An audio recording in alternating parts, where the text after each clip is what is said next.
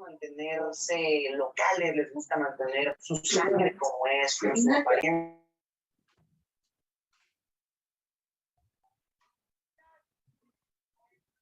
Muy buenas noches, licenciado Miranda. Le damos la bienvenida al curso de manejo del paciente de la unidad de recuperación postanestésica de IMURPA. Cuando guste puede iniciar, licenciado.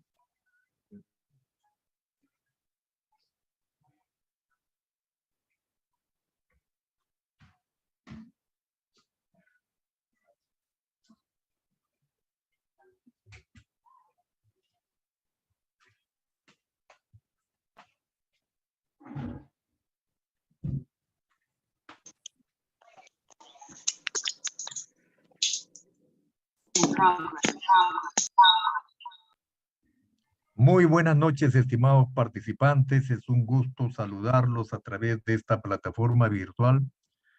Vamos a iniciar esta actividad académica programada para el día de hoy. El día de hoy tenemos un tema muy interesante que está relacionado al manejo de los pacientes en la unidad de recuperación postanestésica, ¿sí?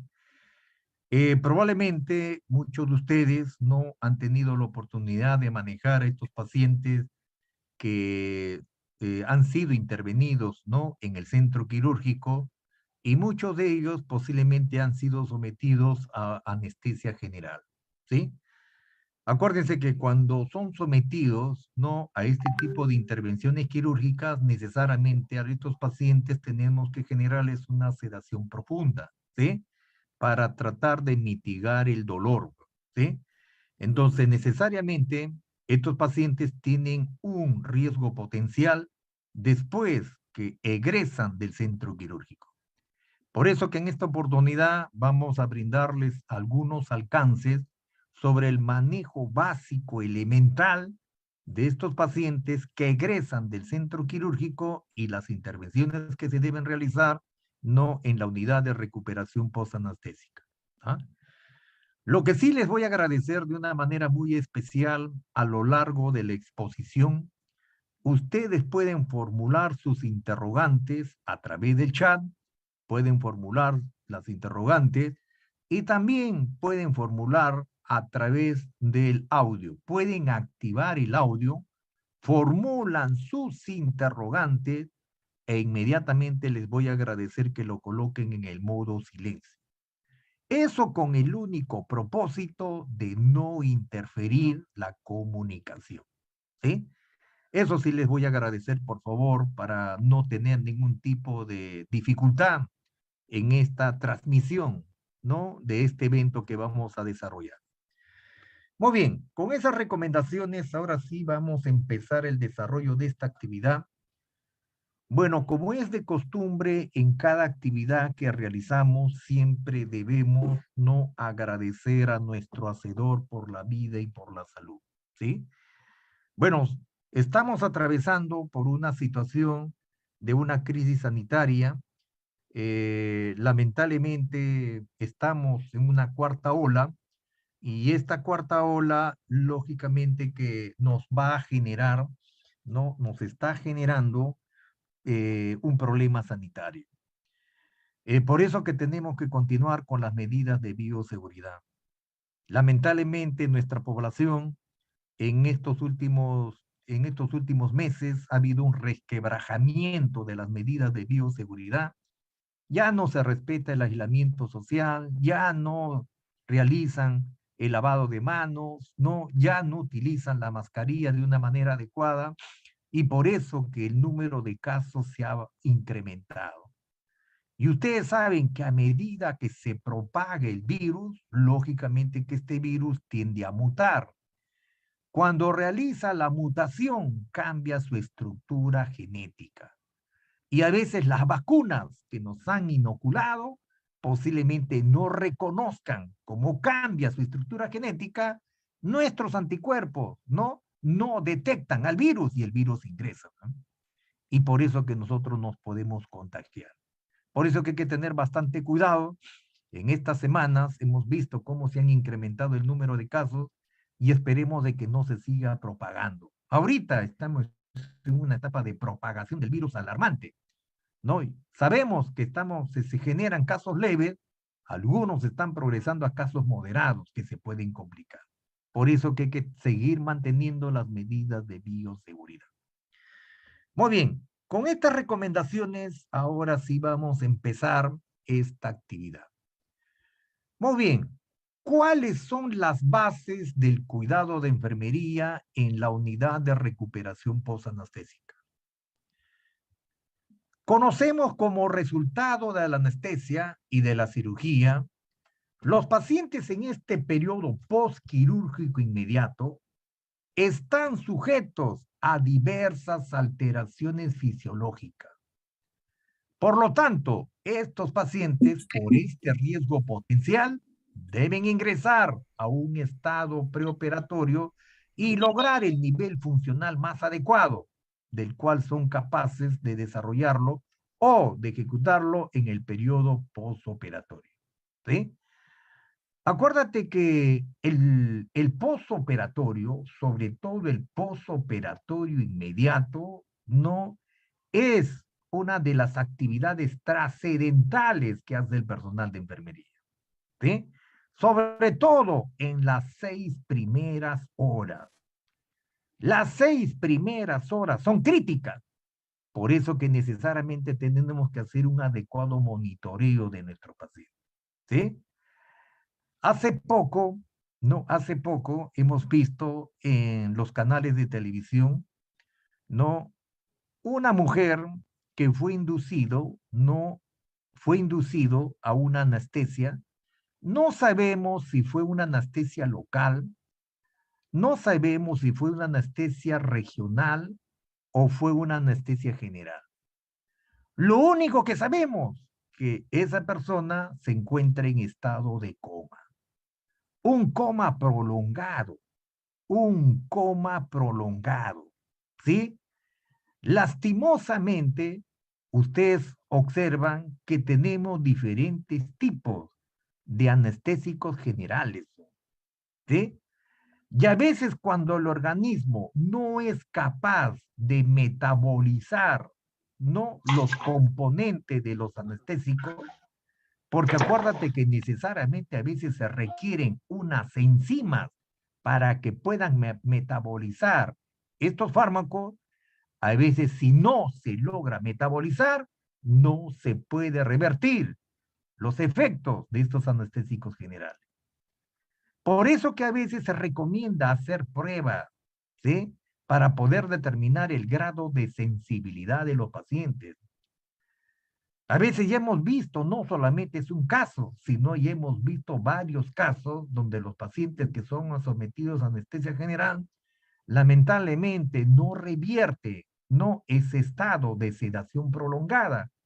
Y justamente por esas condiciones en que el organismo, hay veces, no tiene esas enzimas que son capaces de generar la metabolización de estos anestésicos generales que han sido inducidos. Por eso que eso ya es responsabilidad del profesional médico, sobre todo del profesional de anestesiología, ¿sí?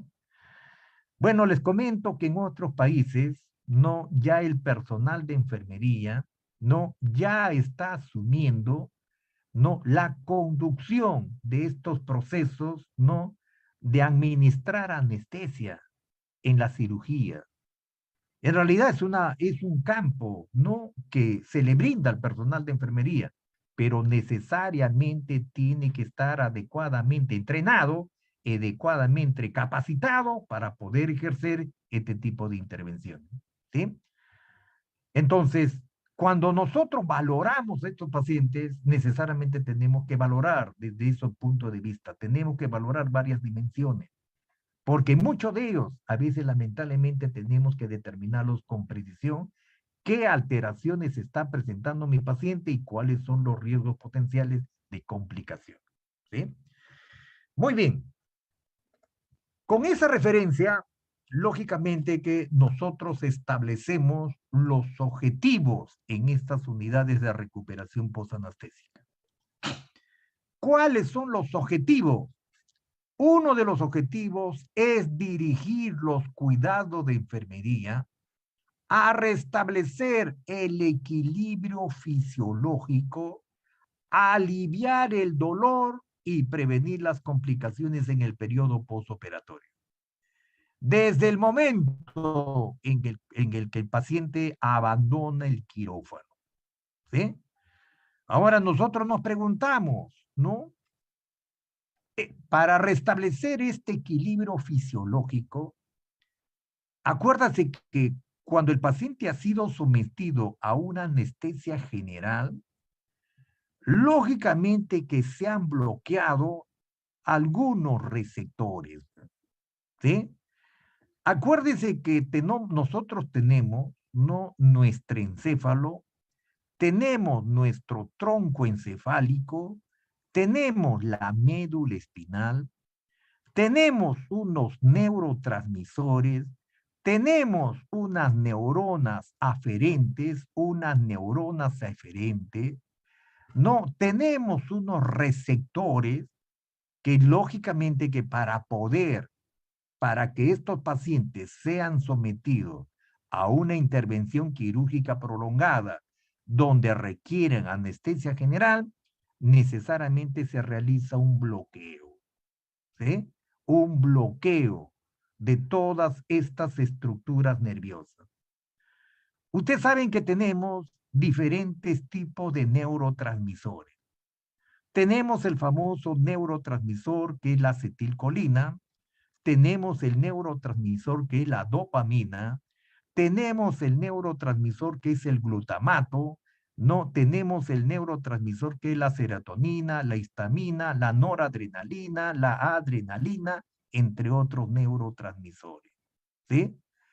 A veces cuando el paciente, por ejemplo, ha sido inducido a anestesia general, ¿cuál es el riesgo?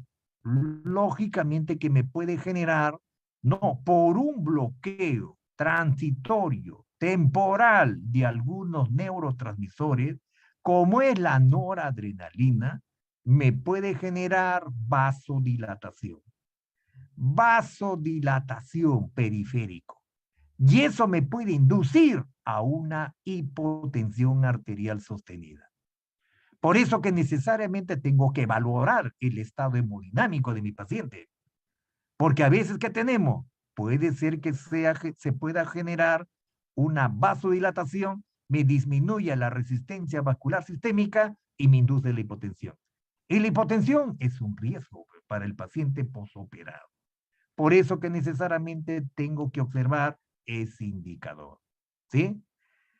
Y acuérdense que cuando se realiza una intervención quirúrgica, el detalle está que se realiza sección de las terminaciones nerviosas. Y ustedes saben que las terminaciones nerviosas, ¿no?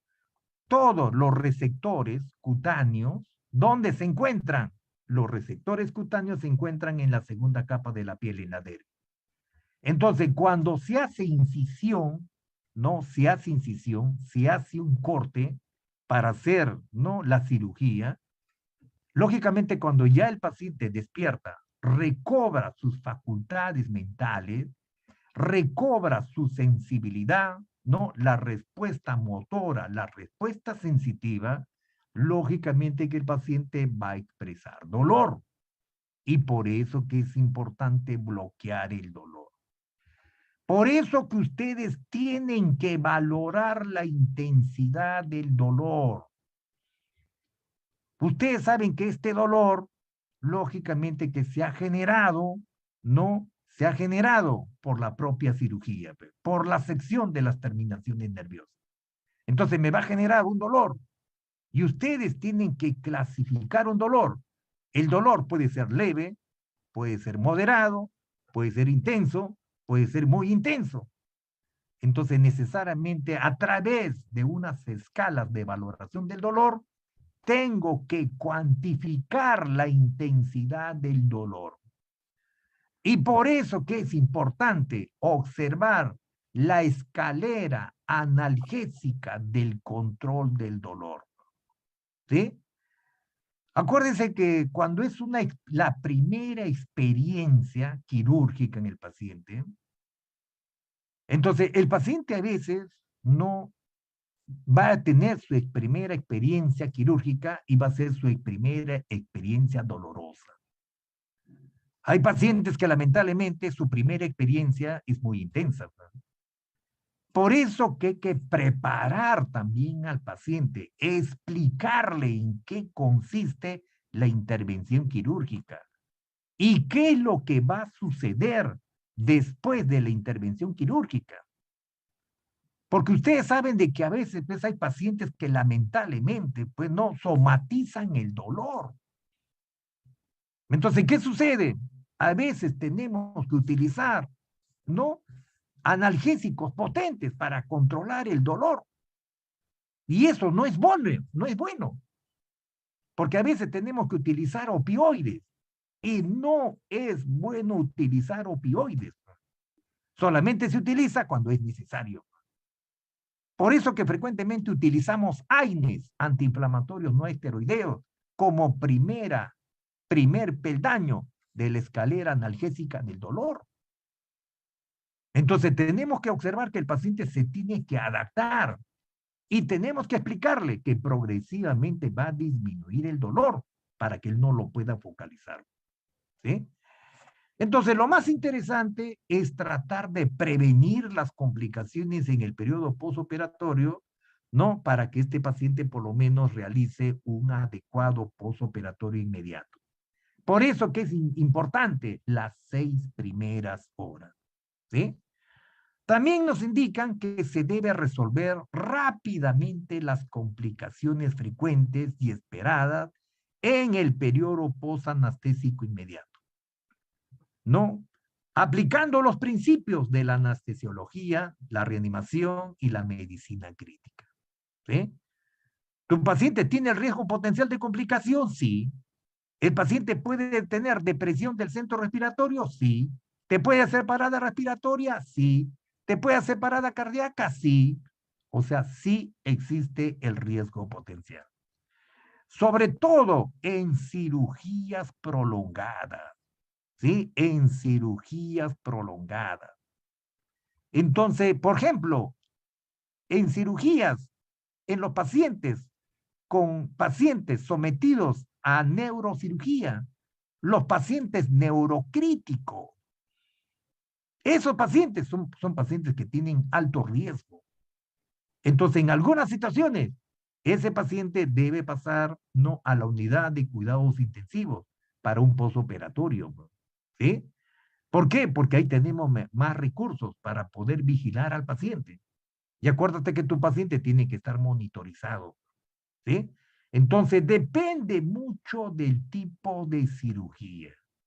Sobre todo en cirugía de trasplante cardíaco, trasplante renal, trasplante de pulmón, trasplante de páncreas, trasplante de hígado, de todos los trasplantes, ¿no? Que en realidad requieren, ¿no?, una vigilancia intensiva. Por eso que algunos pacientes tienen que ingresar a la unidad de cuidados intensivos. A veces no es suficiente la unidad de recuperación postanestésica. Como son pacientes críticos, necesariamente a veces tenemos que tener este tipo de vigilancia, ¿sí? Por eso que en la unidad de recuperación postanestésica, con los recursos que tenemos disponibles, tenemos que hacer este monitoreo, ¿sí? Un monitoreo intensivo para tratar de controlar las complicaciones potenciales que se puedan derivar. Muy bien.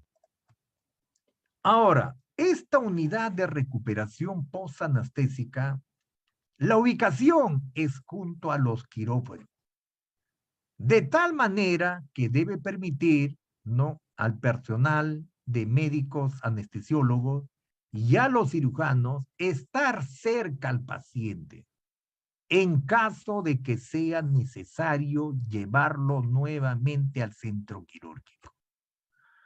Ustedes han podido observar que a veces hay algunas complicaciones inesperadas, ¿sí? Hay algunas complicaciones inesperadas. Toda cirugía tiene un riesgo, ¿sí? A veces hay pacientes que lamentablemente tienen complicaciones dentro de las primeras 6 horas. A veces tienen disencia de sutura. No, a veces algunos vasos no han sido adecuadamente ligados, ¿sí? A veces los pacientes lamentablemente comienzan, ¿no? En algunas cirugías ha habido un error en la técnica quirúrgica. A veces me pueden pinchar algún vaso arterial y me puede generar una microhemorragia. Entonces, lógicamente que la cirugía tiene sus riesgos. Y por eso que necesariamente tengo que ir monitorizando de una manera progresiva. Por eso que las 6 primeras horas es fundamental en caso de que exista algún riesgo de complicación. Estas unidades de recuperación postanestésicas disponen de qué? Disponen no de poliductos de oxígeno, de sistemas de aspiración y de tomas eléctricas. Porque ustedes saben que el paciente, cuando sale del centro quirúrgico, lógicamente que a veces el paciente posiblemente puede tener algún compromiso de la vía aérea.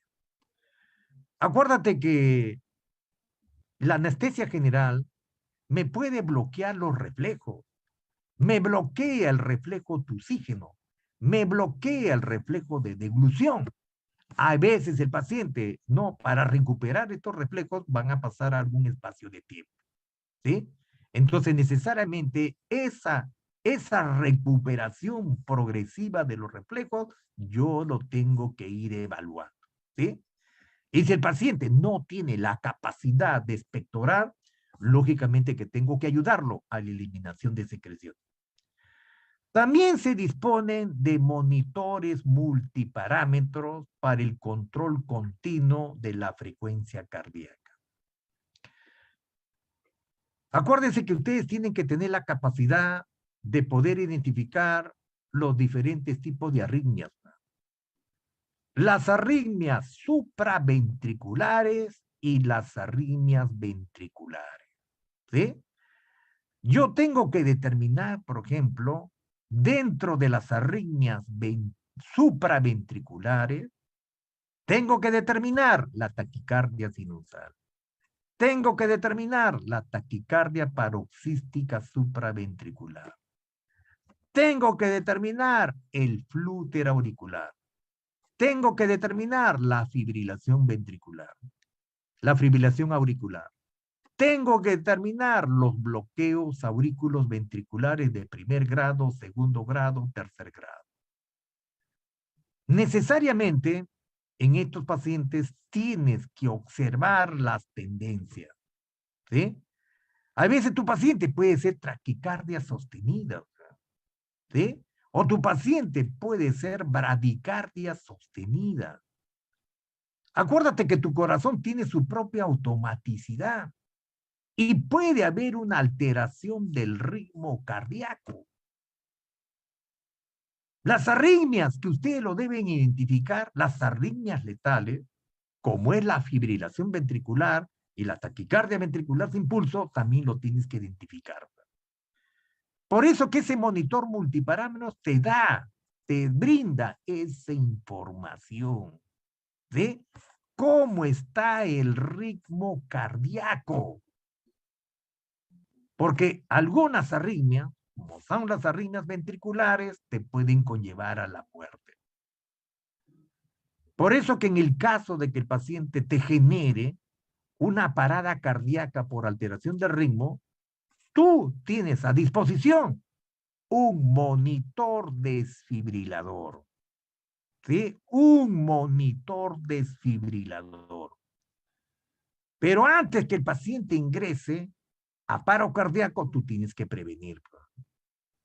Frecuentemente el paciente, ¿qué puede presentar? Puede presentar una taquicardia ventricular.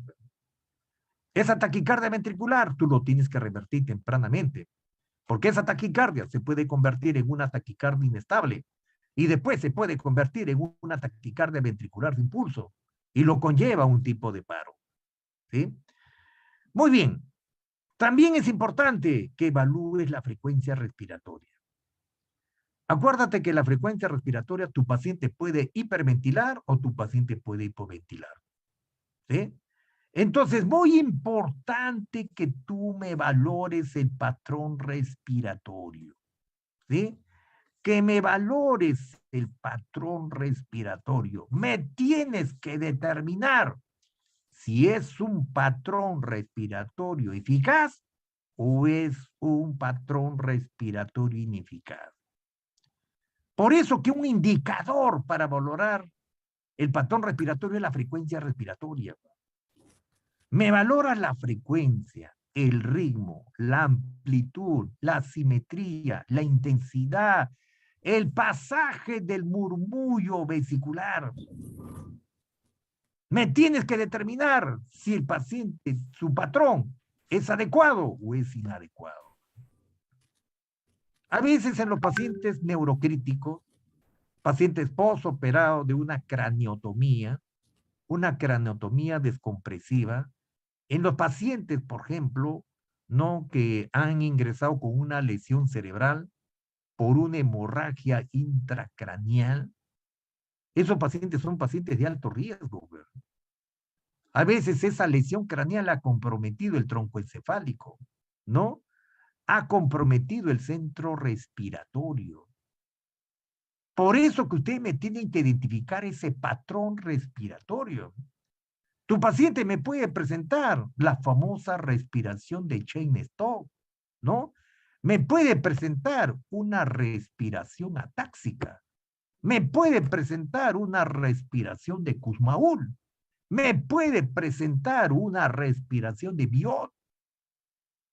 ¿Y eso depende de qué? Depende dónde está la lesión. ¿Sí? Entonces, frecuentemente, hay veces esa respiración de Cheyne-Stokes es cuando ha sido lesionado el diencéfalo. ¿Sí? Entonces, tu paciente va a presentar un patrón irregular, donde la intensidad de la respiración disminuye progresivamente y me presenta periodos de apnea. Eso lo tienes que identificar. Entonces, en un paciente que tiene una respiración atáxica, lógicamente que son respiraciones irregulares, con una intensidad disminuida. Entonces, está alterado el patrón. Entonces, tengo que estar vigilando. Acuérdate que lo que ustedes tienen que asegurar en estos pacientes posoperados es una adecuada dinámica ventilatoria. Si ustedes me aseguran una adecuada dinámica ventilatoria, lógicamente que tú me aseguras una adecuada ventilación pulmonar. Al asegurarme una adecuada ventilación pulmonar, tú me vas a asegurar un adecuado intercambio de gas. Acuérdate que para que exista un adecuado intercambio de gases, tu paciente tiene que tener una adecuada ventilación alveolar y tiene que tener una adecuada perfusión de los capilares pulmonares. En otras palabras, tienes que asegurarme buena ventilación pulmonar y me tienes que asegurar un adecuado gasto cardíaco. A veces tus pacientes post-anestesia, lógicamente que pueden generar una alteración de la perfusión periférica. Por eso que tus pacientes pueden tener un riesgo de perfusión tisular ineficaz. ¿Sí? ¿Y eso por qué se puede dar? Lógicamente que se puede dar por una vasodilatación periférica, por bloqueo de uno de los neurotransmisores, que puede ser la noradrenalina o la adrenalina. Hay un bloqueo de esos neurotransmisores que no están favoreciendo el retorno venoso y pueden alterar la perfusión de las células del tejido. Por eso que cuando tenemos pacientes en estas condiciones que pueden generar una vasodilatación periférica, a veces tenemos que utilizar vasopresores. En algunos casos, en pacientes con trauma craneal grave, posoperados, ¿no?, de craniotomía, a veces los pacientes pueden ser una vasodilatación periférica. Entonces, ¿qué tengo que utilizar? Vasopresores, ¿no? O en algunos casos tendré que utilizar inotrópicos. Depende cómo están las condiciones. Por eso que me tienes que monitorizar la tensión arterial. Importante que me monitorice la tensión arterial mediante la presión arterial media. Tú sabes que una presión arterial media dentro del rango de referencia es entre 70 y 100 milímetros de mercurio. Si tienes un PAN menor de 70, y es un riesgo, ¿verdad? Entonces tenemos que valorar cómo está el gasto cardíaco. Puede ser que el gasto cardíaco esté incrementado, está disminuido, está conservado o está ausente. Por eso que me tienes que hacer un monitoreo hemodinámico, ¿sí? Me tienes que hacer un monitoreo hemodinámico. Me tienes que observar signos de adecuada perfusión periférica. No sepe, me vas a valorar el pulso, me vas a valorar el llenado capilar, me vas a valorar la temperatura y el color de la piel, me vas a valorar la perfusión renal con la diuresis, me vas a valorar la perfusión cerebral, me vas a valorar no cómo tu paciente está respondiendo a todas las intervenciones que tú estás realizando. Por eso que es importante en las primeras horas no hacer un monitoreo adecuado, ¿sí? El monitor te da información, pero tú tienes que ir interpretando. Tienes que ver las tendencias, ¿sí? Tienes que observar las tendencias, ¿sí? Acuérdate que lógicamente que a medida que se va metabolizando los anestésicos, el paciente va a recuperar sus facultades, ¿sí? A medida que se metaboliza, va a recuperar sus facultades, ¿sí? Muy bien. Otro aspecto que también es importante que observes es la saturación de oxígeno, ¿sí? Saturación de oxígeno que depende de la saturación de hemoglobina. Acuérdate que para que tú tengas una buena saturación de oxígeno, necesariamente tienes que generar un adecuado intercambio gaseoso, ¿sí? Acuérdate que cuando se produce un adecuado intercambio gaseoso, lógicamente que las moléculas de hemoglobina se van a saturar adecuadamente. Tú sabes que una molécula de hemoglobina es capaz de transportar 4 moléculas de oxígeno. Entonces, para que tenga una buena saturación de hemoglobina, tiene que existir un adecuado intercambio gaseoso. Por eso que en algunos casos tengo que observar la saturación de oxígeno. En caso que mi paciente esté hipoxémico, porque a veces tenemos que observar cómo está la concentración de gases arteriales, ¿sí? Acuérdate que una hipoxemia leve es cuando tu paciente tiene una presión parcial de oxígeno menor de 80. Una hipoxemia moderada es cuando tu paciente tiene una presión parcial de oxígeno menor de 60. Y una hipoxemia grave es cuando tu paciente tiene una presión parcial de oxígeno menor de 40. ¿Sí? Entonces, la saturación de oxígeno, tú tienes que observar la saturación de oxígeno, ¿no? La relación que existe entre la saturación de oxígeno, ¿con qué? Con las presiones parciales de oxígeno. Lo óptimo es que tu paciente tenga una saturación mayor de 95, que puede llegar a 100, un promedio de 97. Cuando tu paciente tiene una saturación mayor de 95, mayor de 96, su presión parcial de oxígeno puede ser 90. Cuando tu paciente tiene una saturación de 90, su presión parcial de oxígeno está en 60. Y si tiene una saturación de 80, la presión parcial de oxígeno está en 50. Entonces existe una relación, no una relación directamente proporcional.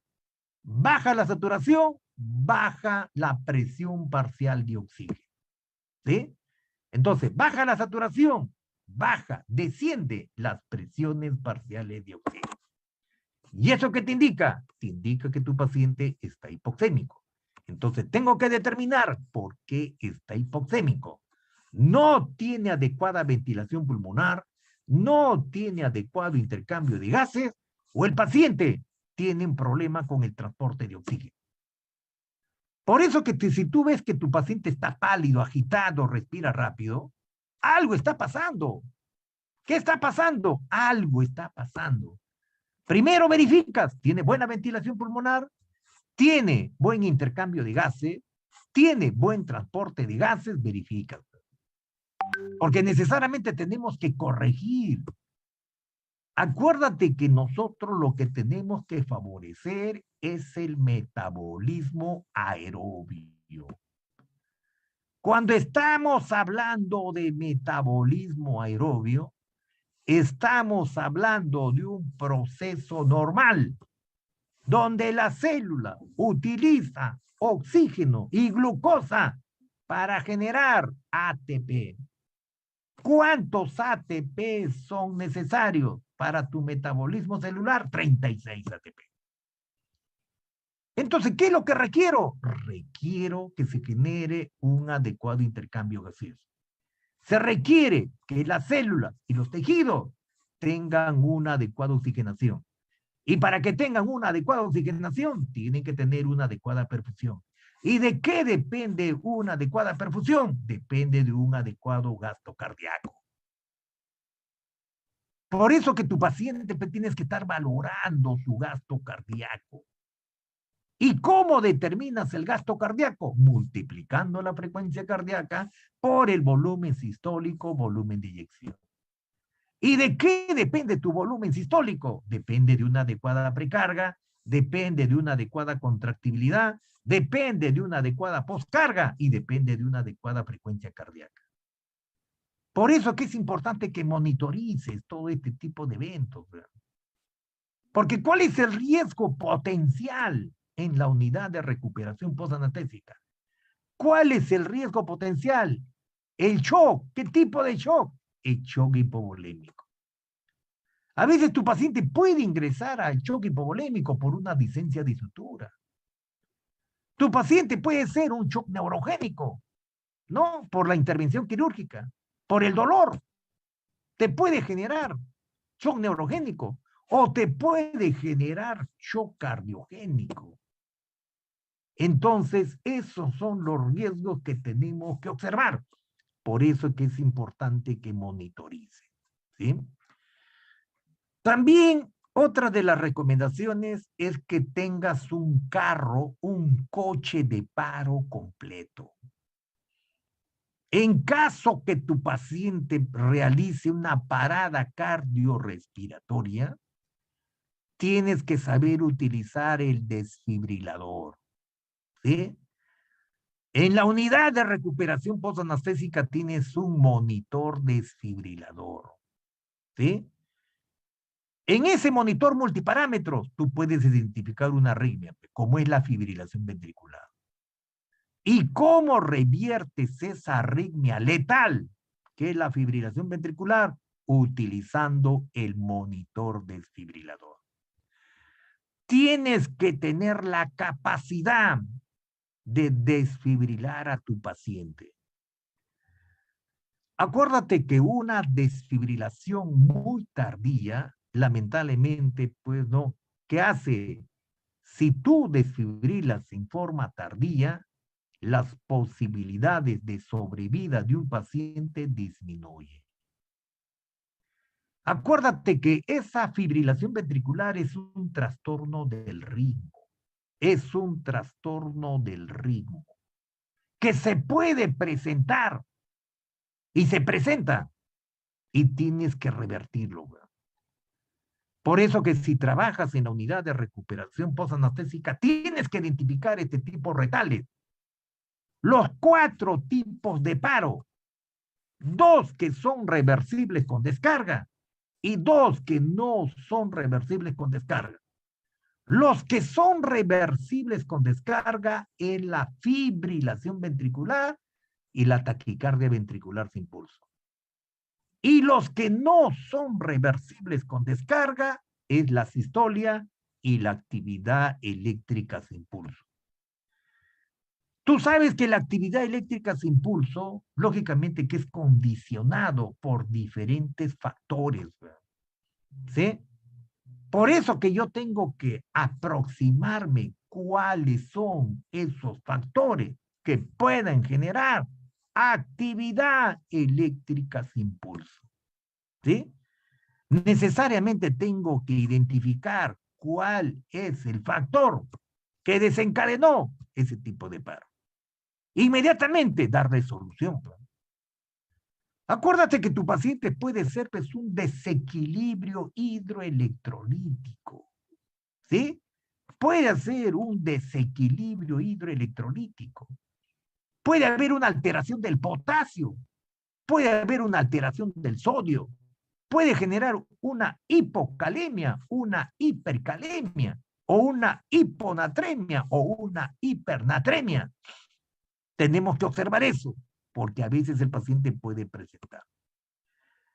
Y en el supuesto caso que el paciente presente parada cardiorrespiratoria, utilizas el desfibrilador y también vas a tener que hacer el manejo avanzado de la vía aérea. ¿Sí? Tú sabes que a veces el paciente, cuando sale del centro quirúrgico, no, hay veces solamente sale protegido porque le hacen la extubación. Para que pase a la unidad de recuperación, tiene que ser extubado. Y acuérdate que el paciente sale con ¿qué? Sale con el tubo de Mayo, con el tubo orofaríngeo. ¿Sí?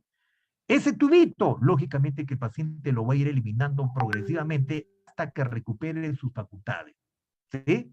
Hasta que recupere la respuesta motora y la respuesta sensitiva. El paciente mismo expulsa el tubo de Mayo, lo expulsa. Ese tubito de Mayo, ¿qué está haciendo? Lógicamente que ese tubo de Mayo impide que la lengua se desplace hacia atrás y no me obstruye la vía aérea. ¿Sí? Por eso que una vez que ya se concluye la intervención quirúrgica, por eso que tu paciente se extuba y sale a la unidad de recuperación postanestésica con el tubo orofaríngeo, que tú lo conoces con el tubo de Mayo. ¿Sí? Por eso que tienes que valorar cómo está su patrón respiratorio del paciente en caso que requiera ventilación. Muy bien, la información que tú tienes, lógicamente que tienes que sistematizar. Por eso que tú haces un plan de trabajo. Cuando recibes a tu paciente, haces un plan de trabajo. Tienes que establecer cuáles son los riesgos potenciales de tu paciente, ¿sí? Y vas a tener que alimentar la fuente de información. Lógicamente que ahora en las unidades de recuperación postanestésica, ¿no? Toda la información ya es electrónica, ¿no? Hasta ya tenemos historias clínicas electrónicas informatizadas. Inclusive las etiquetas diagnósticas ya están estandarizadas, ya han ingresado. Entonces lo único que tienes que hacer es hacer uso, cuál es, dependiendo de la condición clínica de tu paciente, tú estableces cuáles serían tus etiquetas diagnósticas, ¿sí? Entonces vas a tener que establecer tus etiquetas diagnósticas para que puedas hacer tus intervenciones que sean adecuadas, ¿sí? Muy bien. Entonces, en esta unidad, lógicamente, como ya ustedes han podido observar, tus camas, ¿no? Tus camas en la unidad de recuperación postanestésica tienen que facilitar la recuperación. Tienes que tener estas camas clínicas adecuadas, ¿sí? Tienes que tener tu monitor multiparámetro, ¿sí? Y en caso sea necesario, tener ventiladores mecánicos, ¿sí? Asimismo, tienes que tener adecuadamente implementado tu coche de paro, ¿sí? Entonces, dependiendo del requerimiento, dependiendo de la condición, ustedes van a tener pacientes en situación crítica, en situación semicrítica y otros pacientes estables, ¿sí? Entonces, tú vas a hacer la categorización de tus pacientes. Por eso que tú tienes la capacidad de vigilarlos a todos, ¿sí? Por eso que cada uno de ustedes se hace cargo de los diferentes tipos de pacientes, de acuerdo a su condición clínica. ¿Ah? Muy bien. Ahora, lógicamente que es importante que se comunique al personal de enfermería de todos los aspectos relevantes de la cirugía, qué es lo que se ha hecho con el paciente y qué complicaciones puede presentar, ¿sí? Acuérdate que durante la cirugía puede haberse presentado algunas complicaciones. A veces el paciente ha sido sometido a transfusiones sanguíneas, algo ha pasado, ¿no?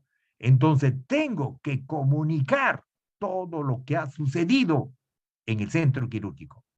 Esa base de datos me sirve para planificar mi cuidado, ¿sí? Entonces, tenemos que observar si ha sido una intubación difícil, ¿no? Si el paciente ha presentado inestabilidad hemodinámica, si el paciente ha presentado un laringoespasmo o el paciente ha presentado broncoespasmo o si el paciente ha presentado incremento de las secreciones traqueobronquiales, si ha habido una alteración de la coagulación o si se ha presentado sangrado. Entonces, es importante toda esa información para poder hacer una adecuada planificación, ¿sí? Entonces, ¿quién me va a brindar esa información? El personal que me entrega al paciente del centro quirúrgico. Y si no me dice, tengo que preguntarle. ¿Por qué? Porque es importante esa información para poder yo establecer los cuidados con mayor precisión. Una vez que reciba esa información, lógicamente que a continuación, ¿qué tengo que hacer? Lo tengo que conectar al paciente al monitor multiparámetro para hacer una vigilancia continua de los signos vitales, ¿sí? Entonces, vigilo, controlo la tensión arterial, la frecuencia cardíaca, la frecuencia respiratoria, la saturación de oxígeno, no, lo voy a verificar cada 5 minutos durante los primeros 15 minutos y después lo voy a controlar cada 15 minutos a medida que el paciente vaya progresando, ¿sí? También es importante la medición de la temperatura, que es opcional debido a los cambios que producen los efectos de la anestesia. Como les he indicado, uno de los efectos de la anestesia es que me puede generar vasodilatación periférica, me genera ¿no? una disminución de la resistencia vascular sistémica y puede inducir a hipotensión. Por eso es que es importante observar esa tendencia. Muy bien. También es importante no realizar la evaluación inmediata y completa no del estado de la vía aérea. ¿Qué tengo que determinar? Si es que la vía aérea no está obstruida, ¿sí? Acuérdate que tienes que identificar, ¿no? Algunos ruidos respiratorios anormales, ¿sí? Ruidos respiratorios anormales. Si tu paciente, por ejemplo, tu paciente presenta el sonido de ronquido, es que la lengua se ha desplazado hacia atrás. Si presenta estridor laríngeo, posiblemente hay un cuerpo extraño en la vía aérea, ¿sí? Y si tu paciente está presentando un sonido de gorgoteo, posiblemente hay secreciones en la vía aérea. Entonces, si hay un sonido de gorgoteo, hay secreciones. Y si hay un sonido de ronquido, es que la lengua se ha desplazado hacia atrás y te está obstruyendo la vía aérea. Y si hay un sonido de estridor, ese sonido de estridor se produce por una resistencia al flujo del aire. Puede ser de que exista un cuerpo extraño o por ahí existe un broncoespasmo. También ya te he indicado que hay que valorar el patrón respiratorio, valorar el estado hemodinámico, valorar el estado neurológico. Entonces tengo que observar si el paciente escucha, responde a órdenes verbales. También tengo que verificar el acceso venoso que debe estar permeable. Y las condiciones de la herida quirúrgica. No, tengo que ver la herida quirúrgica, si requiere curación, si requiere vendaje, si requiere drenaje, o no vaya a ser que tu paciente haya salido del centro quirúrgico con sondas, ¿sí? Sobre todo cuando se realizan intervenciones quirúrgicas donde los pacientes son sometidos a prostatectomía y a veces requieren irrigación vesical continua, ¿sí? Muy bien. Otra necesidad es de que se debe mantener las vías venosas permeables, ¿sí? Todos esos accesos venosos tienen que estar permeables. Y se debe colocar soluciones y se debe mantener la velocidad de infusión indicada.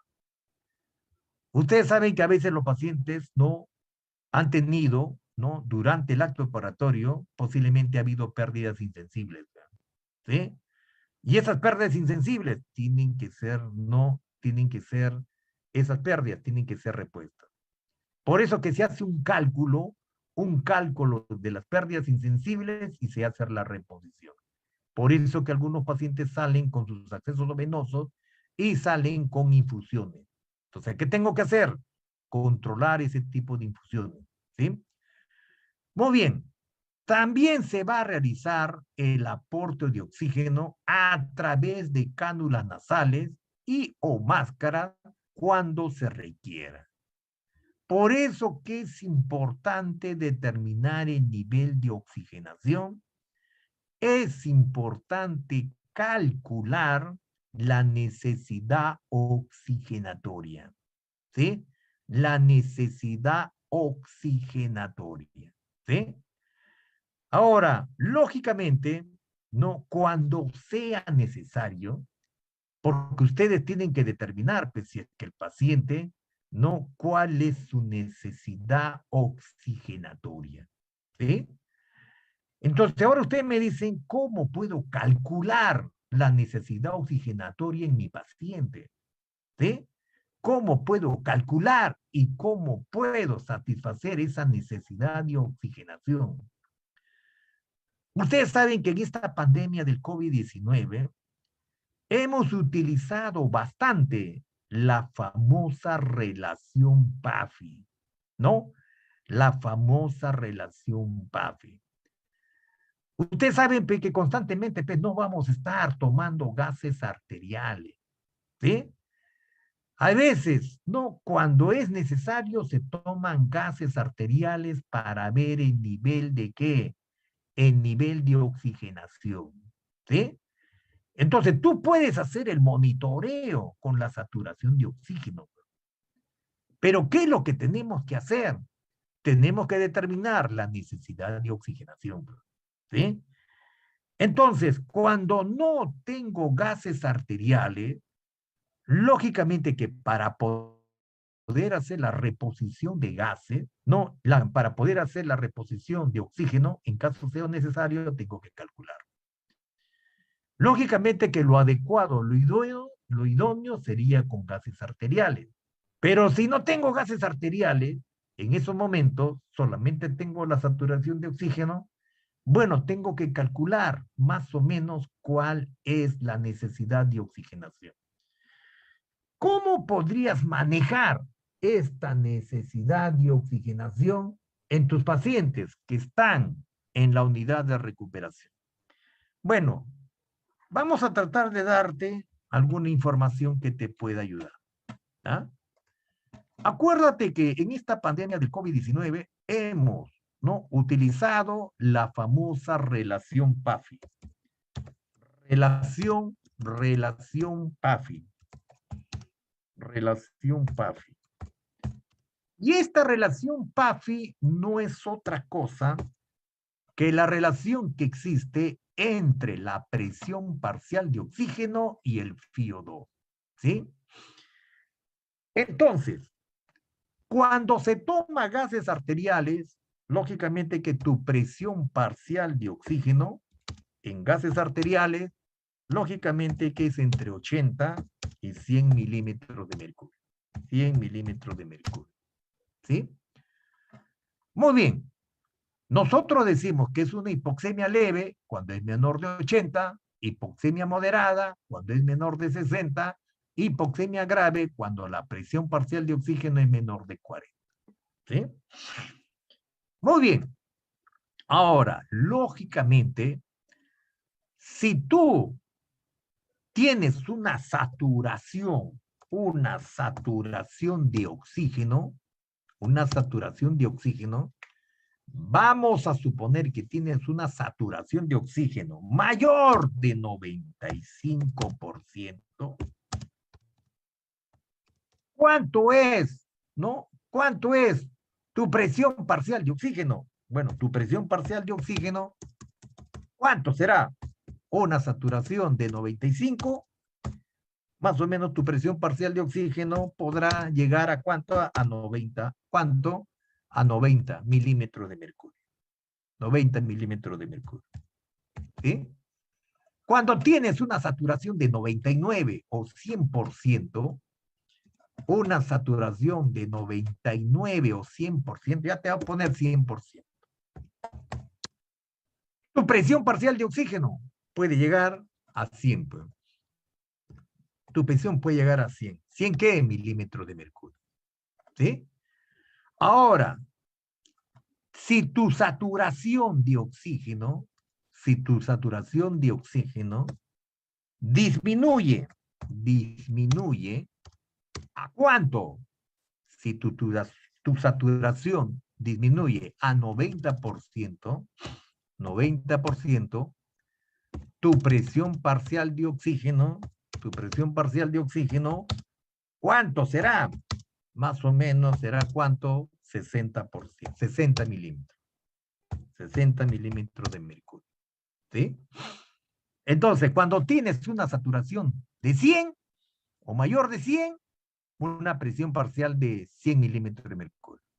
Una saturación mayor de 95, no, 90 milímetros de mercurio. Y cuando tienes una saturación de 90%, tu presión parcial de oxígeno es de 60. ¿Ah? Muy bien. Ahora ustedes me dicen, tengo mi paciente que está en la unidad de recuperación postanestésica. Lo veo agitado. Está un poco agitado, ¿no? Me dices que su frecuencia respiratoria, ¿en cuánto está? Está en 24. 24. 24, ¿qué significa para ti? 24 significa taquimia. ¿Sí? Taquimia. Y le toma la saturación de oxígeno, y la saturación ¿en cuánto está? Está en 90. 90. Entonces tú te preguntas, ¿requerirá oxígeno o no requiere oxígeno? Y si requiere, ¿cuánto requiere? ¿Cuánto requiere? ¿Ah? Entonces ahora yo me pregunto, a ver, ¿cuánto le doy de oxígeno? No tengo gases arteriales. No hay gases arteriales, pero tengo la saturación de oxígeno. Entonces tú vas a hacer algo muy simpático.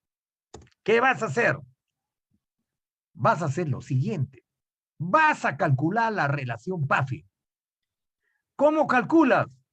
Con la presión parcial de oxígeno. ¿Cuánto es la presión parcial de oxígeno?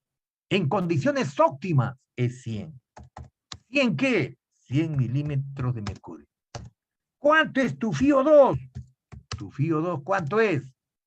Tu FiO2 es, ¿cuánto? 0,21%. Entonces, tú divides la presión parcial de oxígeno entre el FiO2, 100 entre 0,21, a ver, vamos a hacerlo, 100 entre 0,21, 100 entre 0,21 es, a ver, 0,21, a ver, 100 entre 0,21 es 476. ¿Cuánto es tu PAFI? 476. Cuando tienes una presión parcial de oxígeno de 100, una saturación de 100 o mayor de 100. Pero ahorita, ¿cuánto tiene tu saturación? 90. Entonces, 90, ¿qué significa? Que tienes una presión parcial de oxígeno de 60 milímetros. Entonces tú dices, a ver, voy a calcular el oxígeno. ¿Cuánto es capaz de oxigenar este pulmón? ¿Cuánto? Entonces tú dices, ¿cuánto está saturando? 90. ¿90 qué significa? Que tiene 60 milímetros, una presión parcial de oxígeno de 60. Entonces tú dices 60, ¿cuánto es el FiO2? No tiene oxígeno, está respirando con aire ambiental. Ya, 60 entre 0,21, hacemos el ejercicio, 60 entre 0,21 es 285. Entonces, tú dices, cuando tu paciente tiene un PAFI de 476, la capacidad del pulmón, la capacidad de oxigenación del pulmón es del 100%. Muy bien, 285, ¿cuánto será? Entonces tú lo único que haces una regla de 3 simple. Y dices, 285 por 100, ¿entre cuánto? Entre 476. 476. ¿Cuánto es este resultado? A ver, vamos a ver. 285 por ¿cuánto? Por 100. ¿Entre cuánto? Entre 476 es 59.8. 59.8. 8. Ya lo voy a redondear a 60%.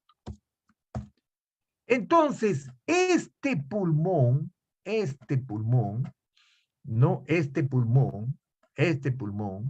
con un PAFI de 285, este pulmón es capaz de oxigenar, ¿cuánto?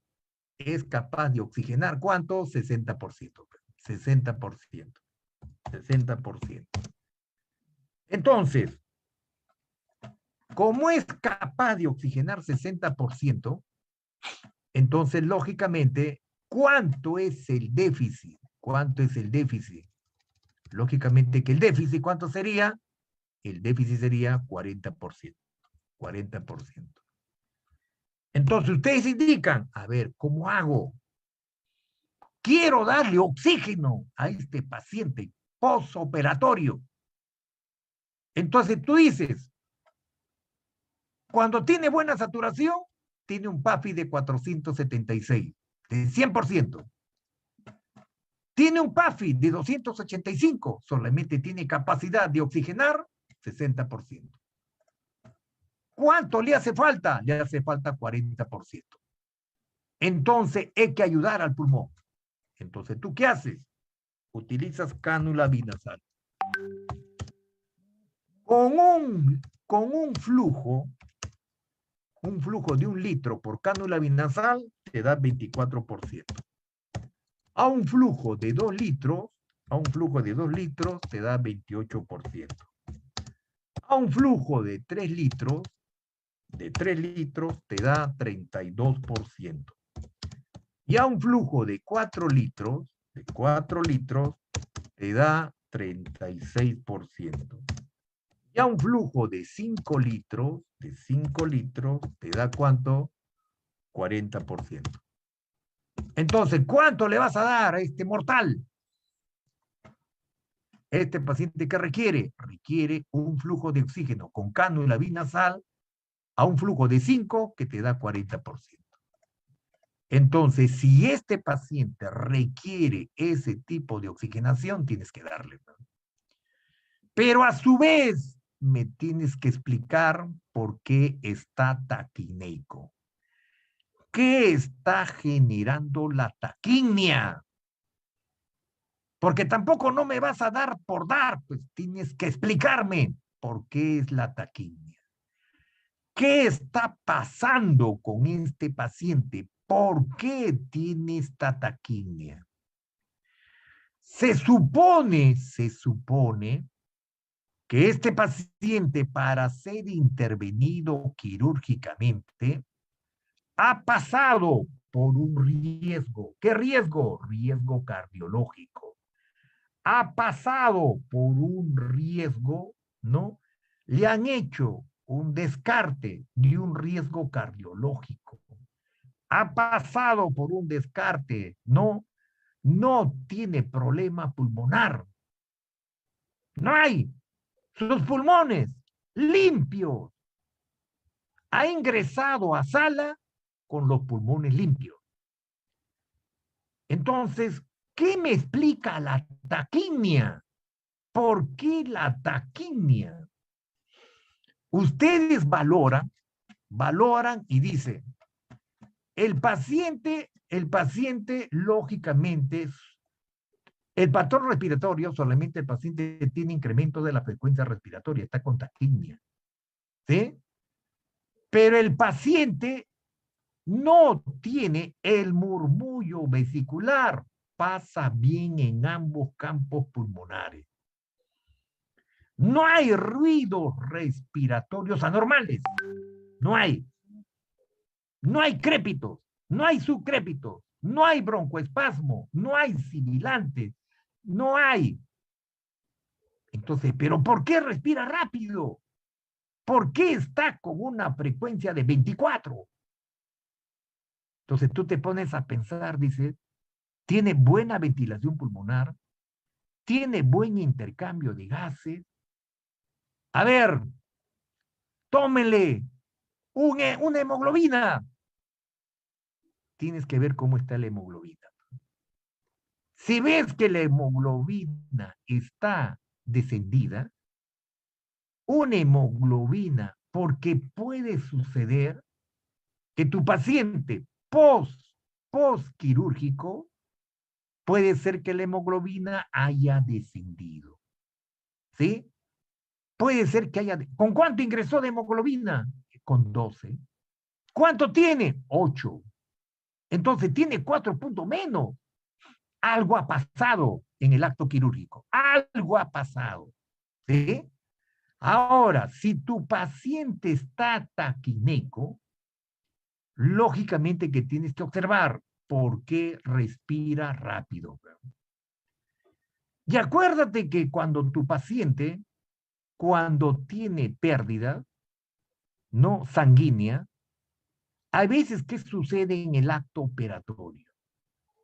El problema está de que a veces, sobre todo cuando los famosos residentes están en pleno aprendizaje de cirugía, hay veces que hacen, me pueden pinchar arterias con la aguja de sutura.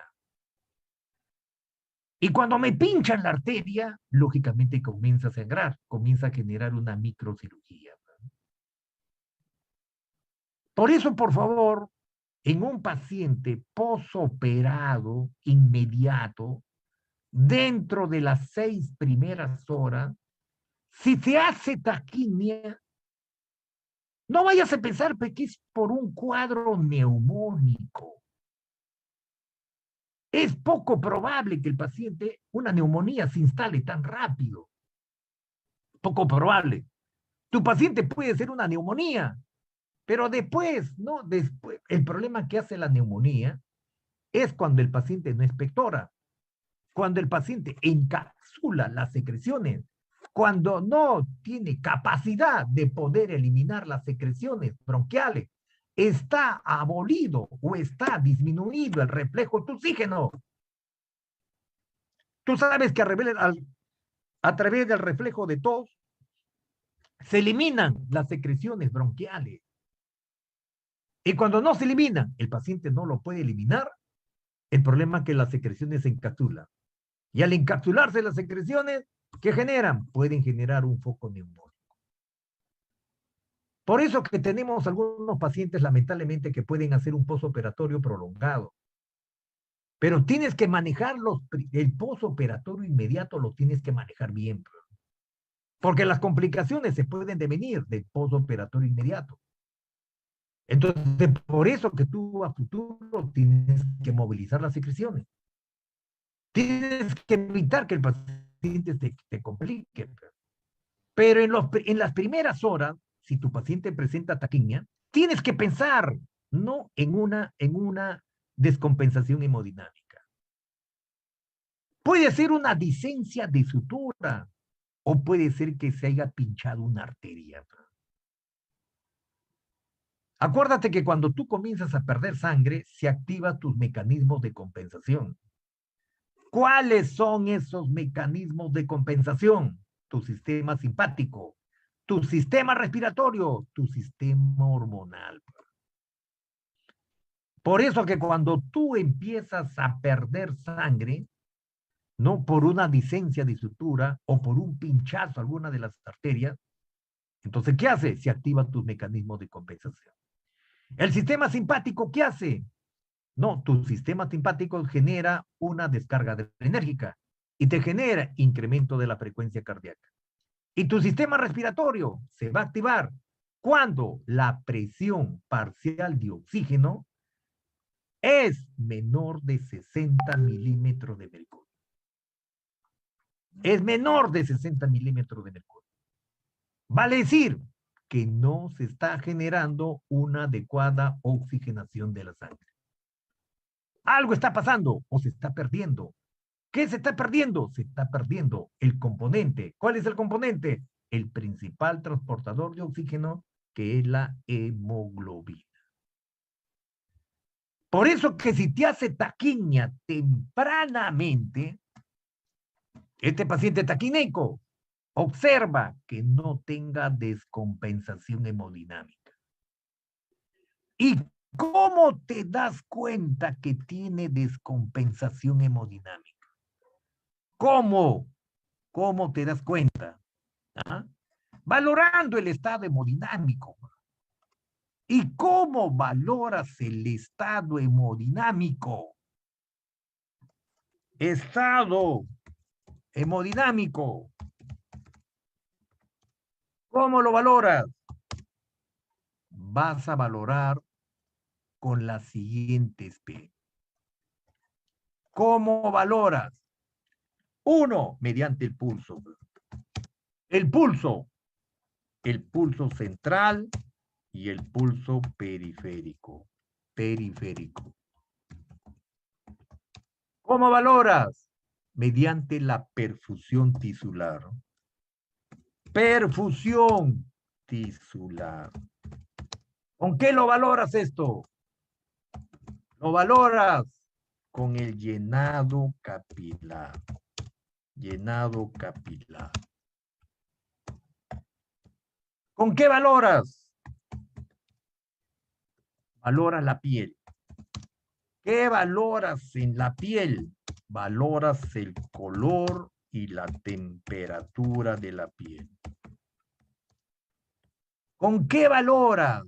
Con la presión arterial. Presión arterial. Presión arterial. ¿Con qué valoras? Con la perfusión cerebral. Perfusión cerebral. Determinas si está confuso o si está letárgico. Confuso o si está letárgico. Letárgico. ¿Con qué más? Con la perfusión renal. Perfusión renal. ¿Con qué valoras? Con la diuresis. Diuresis. Muy bien. Si tienes un pulso débil y rápido, ¿qué me está indicando? Un pulso débil y rápido. Está indicando que hay descompensación hemodinámica. Si tienes un llenado capilar mayor de 2 segundos, me está indicando que hay inestabilidad hemodinámica. Si el color y la temperatura de tu piel, la piel está fría, piel fría, pálida, sudorosa, pegajosa, ¿qué me está indicando? Inestabilidad hemodinámica. Si tu paciente está hipotenso, está con una presión arterial de 80-50, hipotenso. Si está confuso, la confusión, ¿qué me está indicando? Me está indicando hipoperfusión cerebral. Hipoperfusión cerebral. Entonces, ¿qué está sucediendo? Está llegando menor aporte de sangre al encéfalo. Y tú sabes que el encéfalo es el que tiene el mayor requerimiento energético. Acuérdate que el encéfalo, del 100% del oxígeno, el encéfalo consume el 20%. Tiene un requerimiento energético muy alto. Entonces, ¿qué necesitas? Necesitas mejorar la perfusión cerebral. Y si tu paciente tiene una diuresis disminuida, acuérdate que tu diuresis es de 30 a 50 mililitros hora. Si tienes una diuresis disminuida, está oligúrico, lógicamente que tu paciente también confirma que tiene de inestabilidad hemodinámica. Entonces, por eso que tienes que valorar bien, porque se te puede descompensar tu paciente. Entonces, si tú ves que cualquiera de estos signos no tiene concordancia, algo está pasando con tu paciente. Por eso que tienes que tener cuidado, sobre todo en las 6 primeras horas. Las 6 primeras horas son vitales. Si tu paciente pasa las 6 primeras horas, ese paciente, el riesgo de complicación es menor. Cuando pasa las 24 horas, ya el riesgo es mínimo. Ya. Pasa las 48 horas, ya el paciente ya superó. Es poco probable que se pueda complicar. Por eso que es interesante las 6 primeras horas. Eso tienes que valorar. Entonces, en caso de que tenga necesidad oxigenatoria, ya sabes cómo vas a calcular. ¿Con qué? Con el PAFI. ¿Sí? ¿No tienes saga? Bueno, con el saturómetro, pues, haces una relación entre la saturación de oxígeno y las presiones parciales de oxígeno. ¿Sí? Muy bien, ¿qué más tienes que hacer? Tienes que prevenir la hipotermia.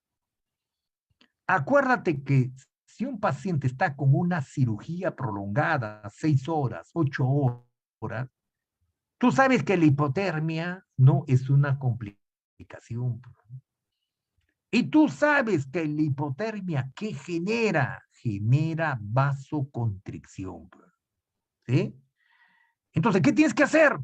Lógicamente que si tu paciente tiene hipotermia, tienes que abrigarle con manta térmica. Lo adecuado es manta térmica. Pero me indican que no hay manta térmica. Bueno, frazadas. Tendrás frazadas. O si no, tendrás que administrarles bolsas de agua caliente. Porque tienes que revertir la hipotermia. Porque la hipotermia es peligrosa. Porque ¿qué te genera? Vasoconstricción. Entonces, ¿qué tienes que hacer? Revertir la hipotermia. Lo adecuado con manta térmica. ¿Sí? A veces tus pacientes que son sometidos a cirugía cardíaca, hay veces hacen vasoplegia. ¿Y qué es la vasoplegia? Es la vasodilatación periférica. Lastimosamente, a veces, acuérdate que a nivel de la musculatura lisa de las arterias, acuérdate que a nivel de la musculatura lisa, ¿no? Esta es tu musculatura lisa de las arterias. ¿Qué tenemos? ¿Qué tenemos? Tenemos receptores. ¿Qué receptores?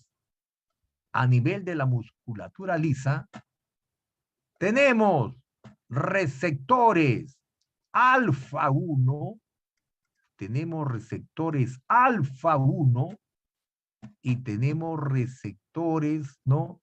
Receptores alfa 1 y tenemos receptores alfa 2.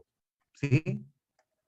Alfa 1 y receptores alfa 2. ¿Dónde? A nivel de la musculatura lisa de las arterias. Acá están tus receptores. Acá está. Estos son los receptores. Acá tenemos alfa 1. Alfa 1. Los receptores alfa 1, ¿cuál es su acción de los receptores alfa 1? Cuando se activan estos receptores alfa 1, genera vasoconstricción. Vasoconstricción. Y cuando se activan los receptores alfa 2,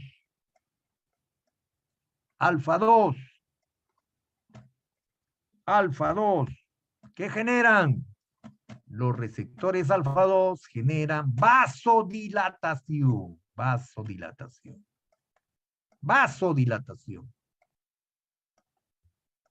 Entonces, ¿qué es lo que tú requieres? Vasodilatación.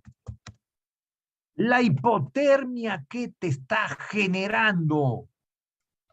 La hipotermia te está generando, ¿qué te está generando? ¿Qué te está generando la hipotermia? Vasoconstricción. Si te genera vasoconstricción, lógicamente, ¿qué genera? Genera una estrechez de las arterias. Y al generar una estrechez de las arterias, ¿qué genera? Incrementa la resistencia vascular sistémica. Y si incrementa la resistencia vascular sistémica, dificulta la perfusión de las células y los tejidos. ¿Eso qué me condiciona? Me altera el metabolismo celular. Entonces yo no quiero que me altere el metabolismo celular. No quiero. Porque yo quiero que la sangre llegue a la célula. Que la célula extraiga oxígeno, extraiga glucosa para generar ATP. ¿Por qué está hipotérmico? Por falta de ATP. Entonces, ¿qué necesito? ATP. Entonces, para formar ATP, necesito oxígeno y glucosa. Entonces, ¿qué tengo que hacer? Restablecer la perfusión tisular. Revierto la vasoconstricción. Entonces, ¿qué hago? Le doy, no le vayas a dar infusiones frías. Por ejemplo, cuando estamos trabajando en Puno, pues hace un frío terrible. Desciende la temperatura, -5, -10, -20 grados. En Cerro de Pasco, un frío, o sea, se me congela. No, terrible el frío. ¿Y qué me genera? Me genera vasoconstricción. Entonces, ¿qué tengo que hacer? No sé, pues tendré que darle infusiones. En baño María tendrá que ser, pero no le vayas a colocar infusiones frías. No puedes. Tienes que colocar lo adecuado, lo idóneo es manta térmica. Tenemos que revertir la hipotermia, porque la hipotermia es peligrosa, es muy peligrosa la hipotermia. Te genera vasoconstricción, te incrementa la resistencia vascular sistémica y no genera un adecuado metabolismo cerebral, te genera metabolismo anaerobio, te genera liberación de lactato, es peligroso. Entonces tienes que manejar esto, ¿sí? Muy bien. ¿Hasta acá alguna pregunta? Confírmame. ¿Alguna pregunta hasta acá? ¿Alguna duda? ¿Alguna inquietud? Te escucho.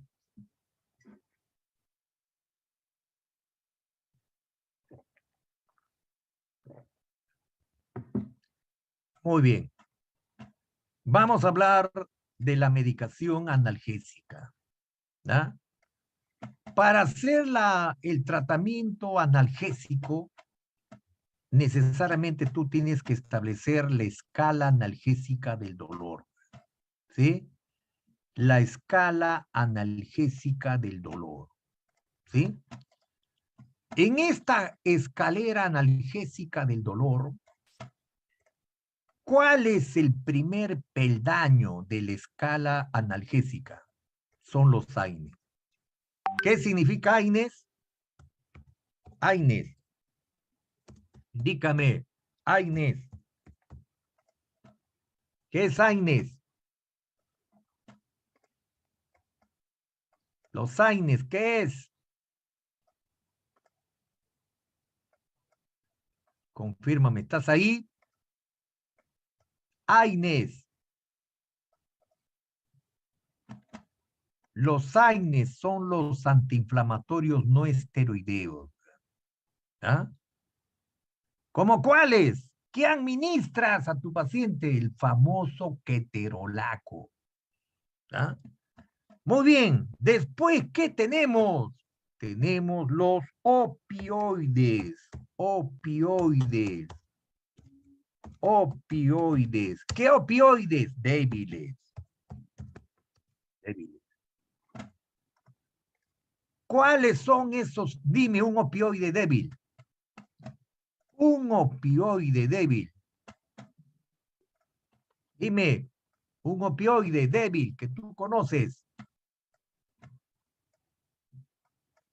Muy bien, tramal, tramal. Excelente.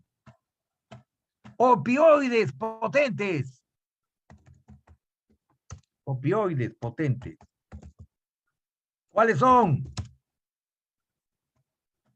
A ver. Muy bien, Joana. Muy bien, Joana. Morfina. Morfina. Y lógicamente que ya lo último pues ya serán los bloqueos neuromusculares. Vas a tener que bloquear. Pues. Los vas a bloquear. Muy bien. A ver. Si tú tienes en la escala analgésica del dolor, ¿no? Vamos a suponer que en la escala analgésica del dolor, ¿no? Tú tienes un paciente, a ver, tienes un paciente posoperado de una cesárea, una mujer de cesárea, ¿ya? Vamos a suponer, a ver, tu escala 1, 2, 3, 4, 5, 6, 7, 8, 9, 10. Ya. A ver, si esta mujer poscesariada te dice que tiene una escala en la escala análoga del dolor, te dice que tiene un dolor, la intensidad del dolor es 6, ¿qué le vas a administrar? Dígame. Si te dice que tiene 6 en la escala de EVA, ¿qué analgésico? ¿Qué le vas a administrar? Indícame. Tiene 6. Un AINE, un opioide débil o un opioide potente. Si es 6, ¿qué le administras?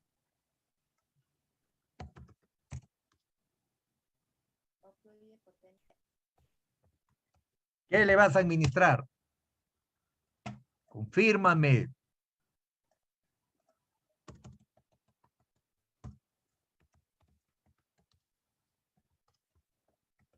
A ver, vamos a ver la respuesta.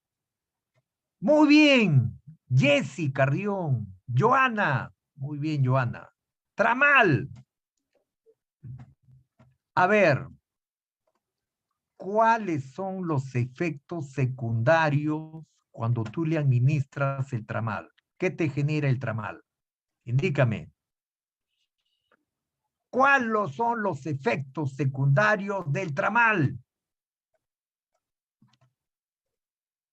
Náuseas, muy bien, náuseas, te puede generar náuseas, vómito. Entonces, si tienes 6, tú sabes que 1 y 2 es dolor. ¿Qué dolor? Dolor leve, dolor leve. Dolor leve. 3 y 4. 3 y 4. ¿Qué dolor? Moderado. Leve, 1, 2. 3 y 4, moderado. 5 y 6, ¿qué será? ¿Qué dolor? Leve, moderado, intenso. 7 y 8, 7 y 8, ya será pues un dolor. ¿Qué dolor? Intenso. 9, 10, ya será pues un dolor muy intenso. Entonces, si tiene 6, lógicamente que es un dolor intermedio. ¿Sí? Yo te recomendaría, como es una cesárea, el problema ¿cuál es? Es que si ha habido disección de las terminaciones nerviosas. ¿Dónde están los nociceptores cutáneos? Están en la segunda capa de la piel, en la dermis. Entonces, esta mujer, lógicamente que va a tener dolor. Si tiene 6, probablemente es un dolor intermedio. Yo te recomendaría que podrías empezar con AINES, ¿sí? Con AINES, ¿sí? Si tu paciente tú le administras AINES y no mejora, el dolor se incrementa a 7 y 8, ya si se incrementa a 7, 8, ahí sí justifica que tú le puedas incrementar ¿a qué? Le puedas incrementar a un opioide débil. ¿Sí? Si es que, sin que incrementa de 7 a 8.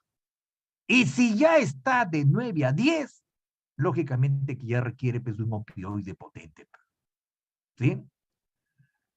A ver, el dolor, ¿qué complicaciones te puede generar? Indícame. ¿Qué complicaciones te puede generar el dolor? Un dolor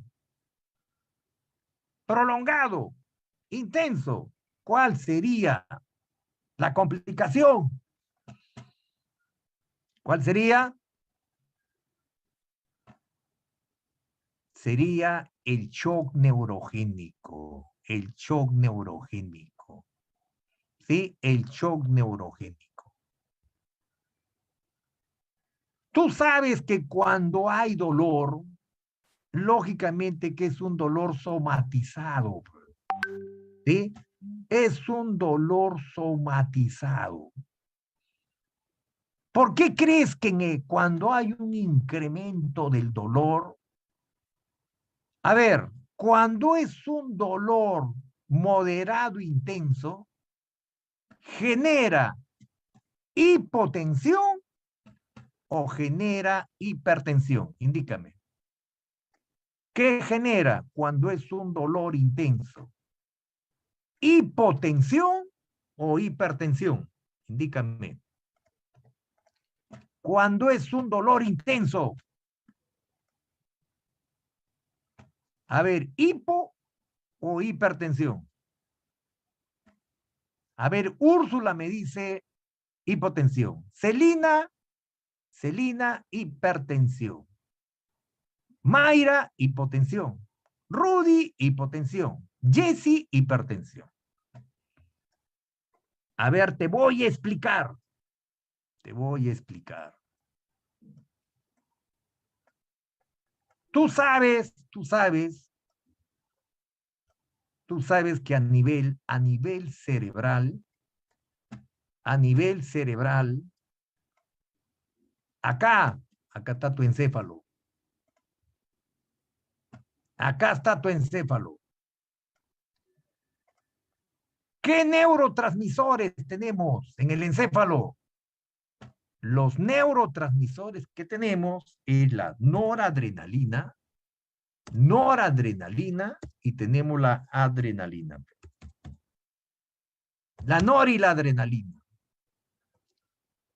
Entonces el problema está que cuando hay un dolor intenso, insoportable, el problema que se van a generar estos estímulos. Estos neurotransmisores se liberan Sobre todo, ¿cuál? La noradrenalina. Esta noradrenalina sobre los vasos arteriales, sobre la musculatura lisa, sobre la musculatura lisa de los vasos arteriales, lógicamente, ¿qué genera? Activa a este receptor. ¿A quién? Al alfa 1. Entonces, al estimular a este receptor de la musculatura lisa de tus arterias, ¿qué genera? Genera vasoconstricción. Y al generar vasoconstricción, me incrementa la resistencia vascular sistémica. Me incrementa la resistencia vascular sistémica. Y al incrementar la resistencia vascular sistémica, me incrementa la presión arterial. Por eso que tu paciente, cuando está con dolor intenso, está taquicárdico, hipotenso, diaforético, inquieto, angustiado. Por eso que tienes que disminuirle el dolor. ¿Sí? Tienes que disminuirle el dolor, no te queda otra cosa. Un dolor intenso te puede desestabilizar a tu paciente. Es un sufrimiento. Entonces tienes que ayudarlo a disminuir el dolor. Por eso que tú vas valorando con tu escala analgésica del dolor. Primero con AINES, con tu ketorolaco. No mejora. Estaba en 5-6, progresa 7-8, ya un opioide débil, tramal. No mejora, de 8 se va a 9, 10, ya, pues, morfina. Lo único que sí tienes que tener cuidado, por favor, la morfina tienes que tener mucho cuidado. La petidina también, lamentablemente generan farmacodependencia. Por eso que tienes que determinar bien la intensidad del dolor. Por eso que tú vas a ver las fases de dolor. Cuando es un dolor intenso, ¿no? Tú ves que el paciente frunce la ceja, frunce, ¿no? Tiene lágrimas, está angustiado, inquieto. Ves una fase de dolor. Entonces tú comparas la intensidad con la fase del dolor. Pero si el paciente te dice 9 y está tranquilo, ese no tiene 9, tendrá 5. Por eso que tienes que contrastar la escala análoga del dolor, ¿no? Con la escala visual. La fase, cómo está el paciente. Y mientras que vas conversando con el paciente, mientras que lo vas interrogando, verifica el pulso. Verificas el pulso. Si es un pulso intenso, un pulso saltón, te está haciendo taquicardia. Está incrementado en frecuencia y es un pulso intenso. Es un dolor, te está indicando que está haciendo hipertensión. Y encima ves que frunce la ceja, encima ves que derrama lágrima, allá sí le crees. Y ahí, caballero, tengo que administrarle opioide potente. Lastimosamente hay dolores muy intensos. Sí, hay dolores muy intensos, lamentablemente insoportables. Entonces, ¿qué tenemos que hacer? Controlar el dolor, ¿sí? Pero por favor, ten bastante cuidado, ¿sí? Sobre todo cuando administras opioides. No me puedes administrar opioides, tienes que ver, porque a veces los opioides potentes te pueden generar depresión respiratoria. Haces bien por un lado y por el otro lado se te puede complicar, por eso que tienes que estar vigilando, ¿sí? Tienes que estar vigilando. Los opioides potentes pueden causar depresión respiratoria. ¿Ah? ¿Qué más? También antieméticos, según las indicaciones médicas. Tú sabes que la emesis puede ser por una estimulación vagal. Puede ser por una estimulación vagal. El paciente puede vomitar y si vomita se puede aspirar. Entonces también tienes que tener cuidado que no vomite, ¿sí? Aparte de eso, tú sabes que a medida que el paciente va recuperando, ¿no?, sus facultades neurológicas, tú sabes que puede haber un enlentecimiento del tránsito intestinal. Tú sabes que al momento que se enlentece el tránsito, los ruidos hidroaéreos disminuyen. Y al disminuir los ruidos hidroaéreos, el problema que genera no acúmulo de gases. Entonces, cuando se acumulan los gases, ¿qué genera? Distensión abdominal. Y una distensión abdominal, por ejemplo, en una cirugía abdominal es peligrosa. Imagínate que tu paciente le han hecho una laparotomía exploratoria y tu paciente tiene distensión abdominal. Esa distensión abdominal te puede generar disencia de sutura. Por eso que tienes que favorecer el tránsito intestinal. Por eso que tienes que auscultar los ruidos hidroaéreos. Porque esos anestésicos que han utilizado durante el acto operatorio pueden generar eso. Pueden generar retardo en el tránsito intestinal, disminuyen el tránsito intestinal. Y tú sabes, cuando hay disminución del tránsito intestinal, todo el contenido que hace, ese contenido comienza a fermentarse. Y esa fermentación genera liberación de gases. Esos gases se acumulan en cavidad gástrica, generan distensión abdominal, generan distensión de los intestinos. El intestino, ¿qué hace? Se acumula el gas y genera, ¿qué? Una distensión abdominal. Y a veces tu paciente puede presentar reflujo gastroesofágico. Puede vomitar, se puede aspirar. Y esa distensión abdominal te puede generar disencia de sutura. Por eso eso también tienes que observar, ¿sí?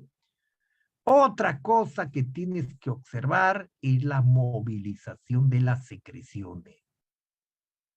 Por eso que tienes que auscultar los ruidos respiratorios. Porque tú sabes que una cirugía prolongada retiene secreciones. Entonces hay que movilizar esas secreciones para que esas secreciones no se encapsulen. Porque al encapsularse me pueden generar, ¿qué me generan? Un foco infeccioso. Me hacen una neumonía. No sé qué vas a hacer, me haces ejercicio respiratorio, me haces fisioterapia, no sé, palmoterapia, algo harás tú conmigo. La cosa que me facilite es la eliminación de secreciones. Valora mi reflejo de deglución, valora mi reflejo tuxígeno, porque no vaya a ser que necesite nebulización. Entonces lo que quiero es que mi pulmón no se complique. Entonces puedo generar una neumonía hipostática. Puede alterarse el tránsito intestinal. Entonces tienes que observar todo eso, ¿sí? Entonces, observando cada una de esas situaciones, lógicamente que tú vas a evitar que tu paciente se te complique, ¿sí? Entonces, lógicamente, en esta recuperación, lógicamente, como ustedes están observando, hay una suspensión de la administración de los agentes anestésicos, ¿no? Se retira la intubación traqueal y se restablece la ventilación espontánea. Por eso que estos pacientes trasladados a esta recuperación postanestésica, tú tienes que monitorizar las funciones vitales, el estado neurológico, el estado cardiopulmonar. Y los pacientes, lógicamente, que van a ser dados de alta entre las 12 y las 24 horas. En ese tiempo ya tu paciente ya recuperó sus facultades mentales, ya recuperó su capacidad psicomotora. Su nivel neurológico ya está conservado. Su estado hemodinámico ya está conservado. Su patrón respiratorio ya está conservado. Y esos pacientes, lógicamente, que tú has evitado que se compliquen. Lo que quiero que en esta unidad de recuperación postanestésica tu paciente se complique. ¿Sí? Quiero que lo envíes bien a su unidad, sin ningún riesgo de complicación. Por eso que has manejado. ¿Sí? En algunos casos van a requerir vendaje. Acuérdate que cuando tenemos ancianos, tú sabes que a veces los ancianos, cuando son operados de prostatectomía, tú sabes que el corazón de un anciano a veces ya tiene algún problema cardíaco. ¿Sí? Entonces hay que ayudarlos en el retorno venoso. Véndale, pues, véndale las extremidades. La venda, ¿qué da? Le da calor. ¿Qué hace la venda? Te ayuda al retorno venoso. Pues. Hay que ayudar al corazón también. Pues. Acuérdate que tu corazón es un circuito cardiovascular. Ayúdalo al retorno venoso. Tú sabes que a medida que vamos envejeciendo, mi corazón también se va deteriorando. ¿Sí? Y también hay que observar las arritmias cardíacas que se puedan presentar. ¿Sí? Entonces, como estás observando, hay que valorar bien el patrón respiratorio. Hay que valorar bien el estado hemodinámico. Hay que valorar bien el estado neurológico. Hay que valorar bien el medio interno. Hasta que salga de su condición crítica. Por eso que las 6 primeras horas son vitales. Después que pasa las 6 horas, ya ese paciente, el riesgo es menor. Pasa las 24, pasa las 48 horas, ya salió el paciente. Por eso que tienes tú todas las herramientas que te pueden ayudar a evitar las complicaciones. Por eso que es importante que aprendas a identificar las arritmias. Tienes que conocer la electrocardiografía básica, es una necesidad importante. Tienes que saber analizar gases arteriales, es importante. Y si tu paciente está sometido con ventilador mecánico, también tienes que manejar tu ventilador mecánico. ¿Sí? Muy bien. Ahora sí pasamos a la rueda de preguntas. Preguntas, estimados participantes. Quiero escucharte.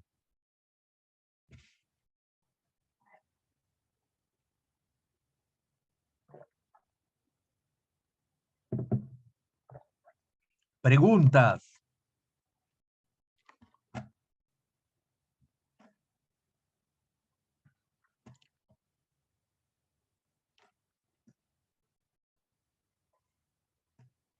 A ver, alguna interrogante, alguna inquietud, algún aporte, algún comentario. Los escucho.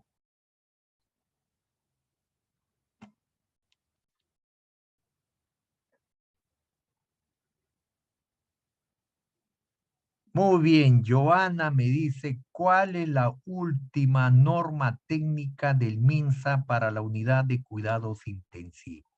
¿Sí? A ver.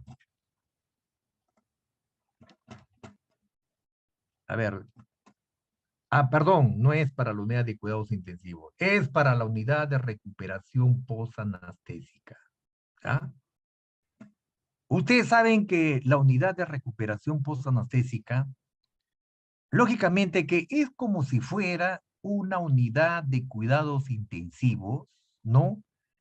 Es como una unidad de cuidados intensivos, ¿no? Lógicamente que es una unidad, lógicamente que debe reunir, ¿no? Ciertas condiciones, ¿sí? Ciertas condiciones. Empezando desde infraestructura,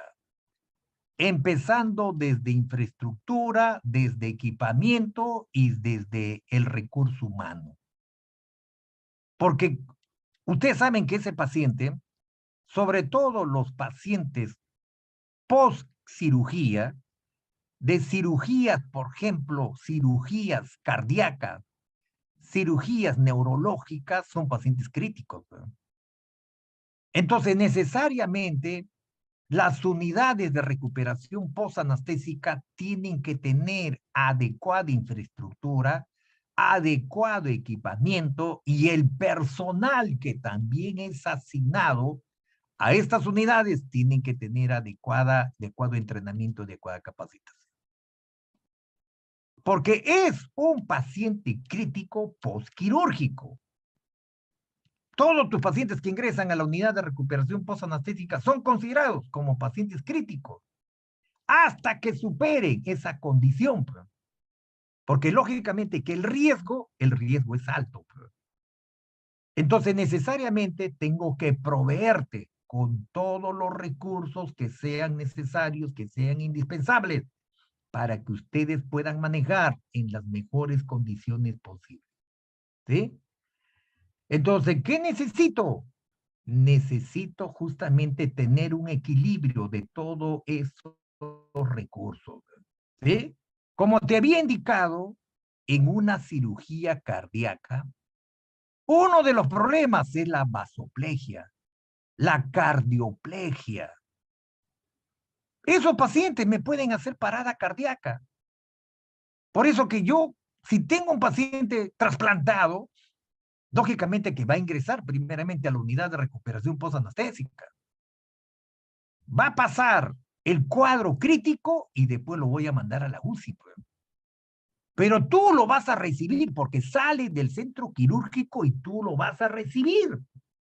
Entonces te tengo que implementar con todo el equipamiento básico, elemental, para dar el cuidado en un paciente crítico, para que después vaya a la UCI, pero ya en la UCI ya le harán el tratamiento complementario, pero tú vas a hacer el manejo inicial.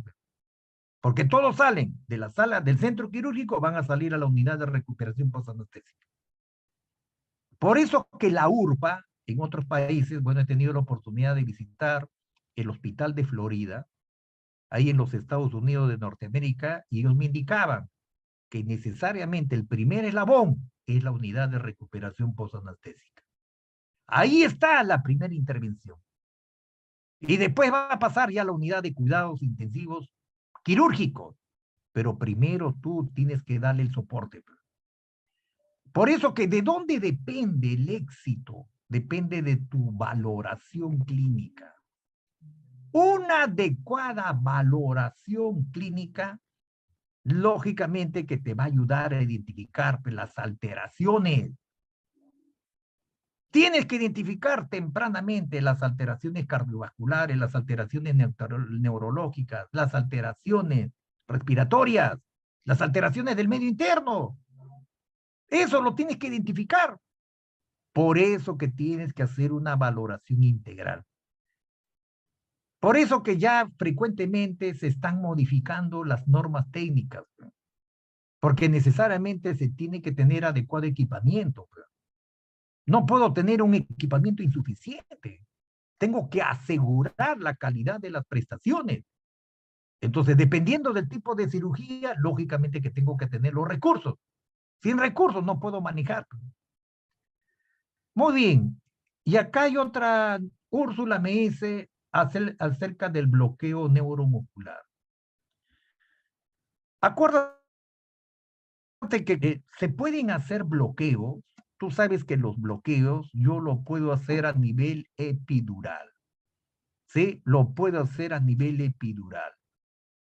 Cuando son dolores muy intensos, a veces hago bloqueos neuromusculares. Hay fármacos que te generan bloqueos neuromusculares, pero también te puede hacer compunción. Eso ya depende, pues no, del médico tratante. Entonces, te puedo hacer bloqueos neuromusculares con fármacos y también te puedo hacer bloqueos con ¿qué? Con punción, sobre todo a nivel epidural.